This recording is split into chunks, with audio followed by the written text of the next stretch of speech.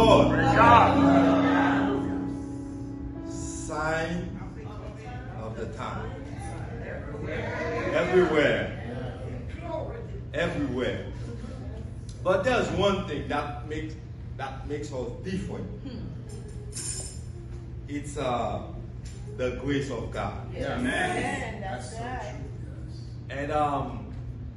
And the blood that Jesus shed for us, that blood will never lose its power. And I always say the blood didn't only forgive us or gave us like forgiveness. It didn't only give us forgiveness. It gave us victory.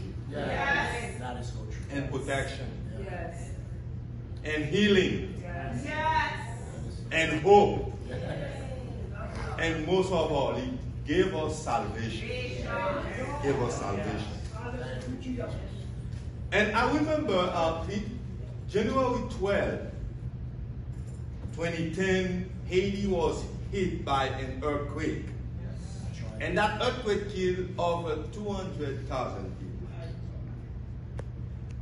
including my parents. And then 9 months later, in October 2010, there was another epidemic, basically they call it. That was epidemic. It was a cholera that killed over 10,000 people in Haiti.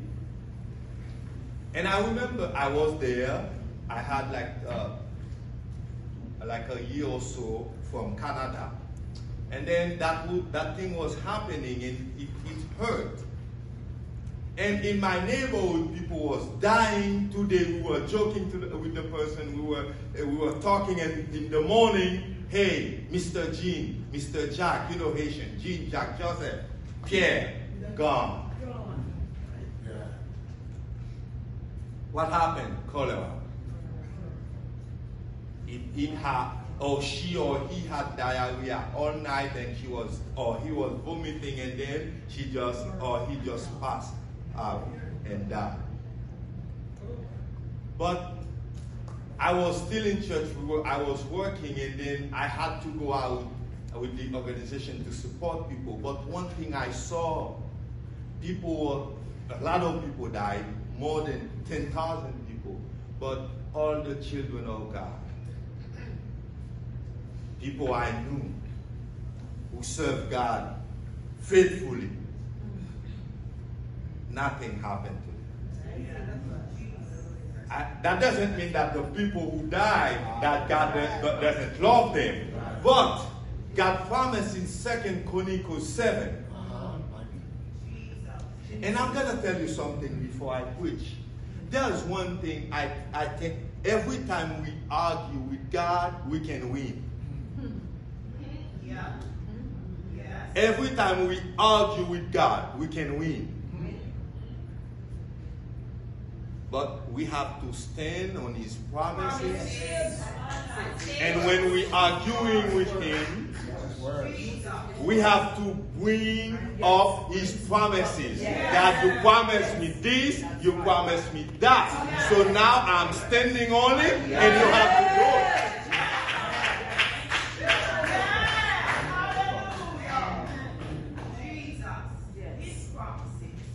We have to stand on God's promises.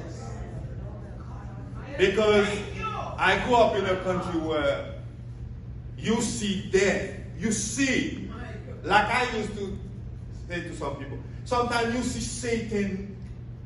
Satan manifestation. You see his manifestation in Haiti. Like you see, it's like you see him. It's like you see the way he's just destroying people, killing people, do everything, devour people.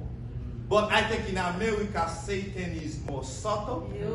Yes. He's so subtle that we even realize that he exists.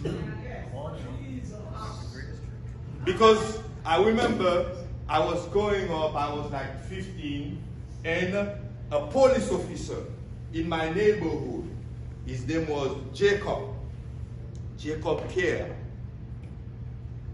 And Jacob, mom had an argument with an old man in the neighborhood.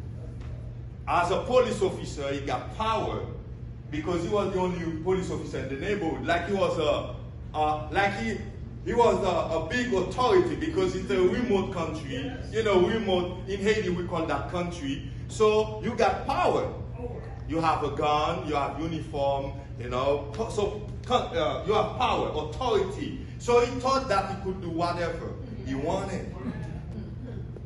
And then when he came home, they told him that, hey, your mom had an argument with that person. And then he just went there and said, man, how come you talking to my mom? What happened? And he just slapped the man and beat him up.